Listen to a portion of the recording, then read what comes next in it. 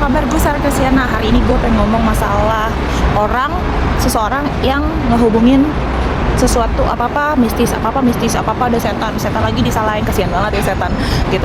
Jadi kayak orang-orang yang berpikir oh hidup gue bakal hancur nih karena santet, guna-guna, pelet, ilmu hitam, sihir. Padahal 90% fenomena mistis itu adalah hanya permainan sugesti dan psikologi dasar manusia. Mari kita upas masing-masing. Salah satunya adalah satu, merinding. Kita sering nih ngaitin, oh kalau merinding itu ada setan. Merinding itu, oh ada setan guys, setan lagi disalahin. Padahal, kalian tahu merinding itu kenapa?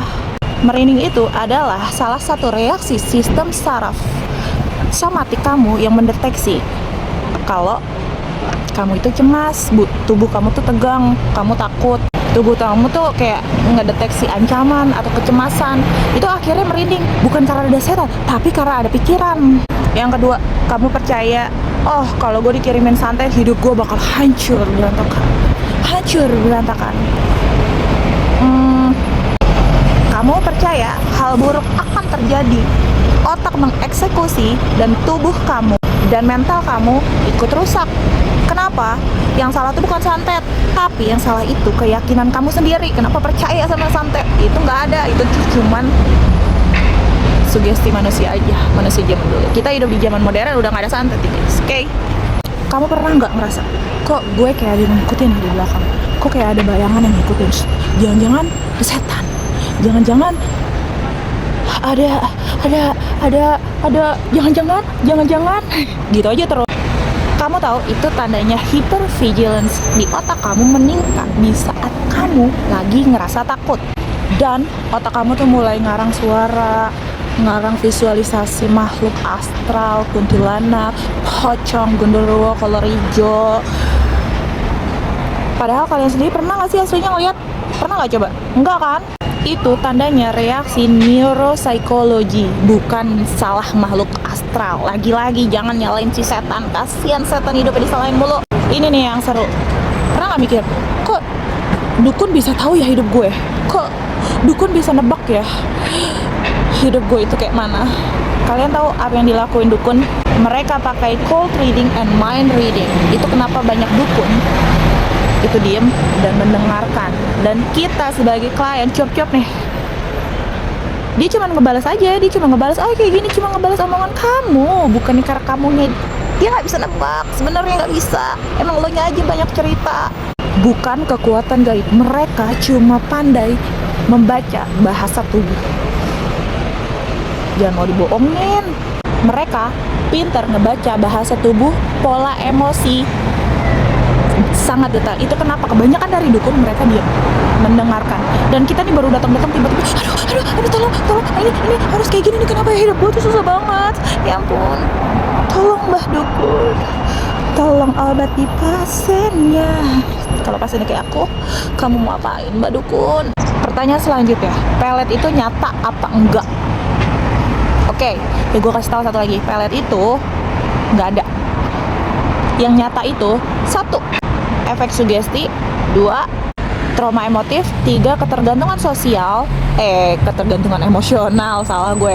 4, pola masa kecil yang belum lu selesain. Itu yang bikin orang terikat secara emosional, bukannya benang merah jambu dari dunia lain. Tapi ada yang tiba-tiba sakit setelah disantet.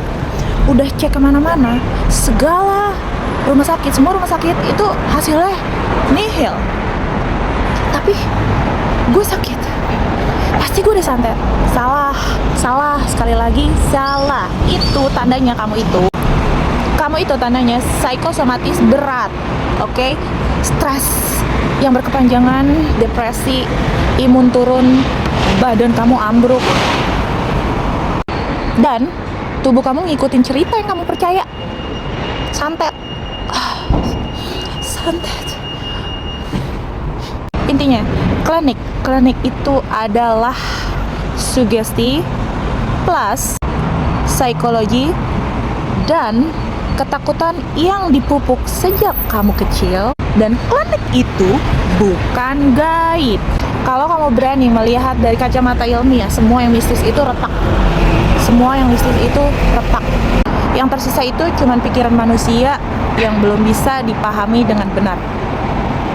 Kalau kamu nih sering ngerasa takut aja bawaannya, terus kayak negative thinking aja, terus kayak dengerin gue santet nih, oh dikirimin energi buruk nih, terus hidup gue hancur tanpa sebab, ya Allah ya Rob, ada apa ini?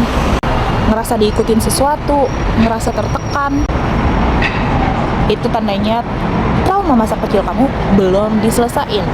Trauma masa kecil kamu belum terselesaikan. Ingat, itu bukan santet. Itu adalah trauma masa kecil kamu yang belum kamu selesaikan di dalam diri kamu sendiri. Dan lucunya lagi, di saat kita pakai logika, orang-orang mikir anjir lo ateis. No. Di saat kita memulai segala sesuatunya dengan logika, mereka mikir kita ateis. Padahal Islam adalah agama paling rasional. Kenapa gue bilang gitu? Satu, kita itu disuruh tafakur sama Allah. Artinya berpikir. Kita disuruh tadabur sama Allah. Itu tandanya merenung. Dan kita disuruh ikro juga. Ikro artinya membaca ke kata Allah, ya kan? Berpikir, merenung, dan membaca. Dan yang dilarang itu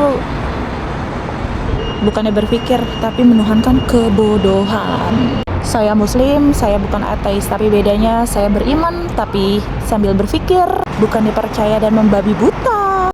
Dan kalau misalkan setiap pertanyaan dianggap melawan Tuhan, berarti yang kamu bela itu bukan agama, tapi ketakutan kamu sendiri. Oke, I'm sorry Christiana, have a good day from UK.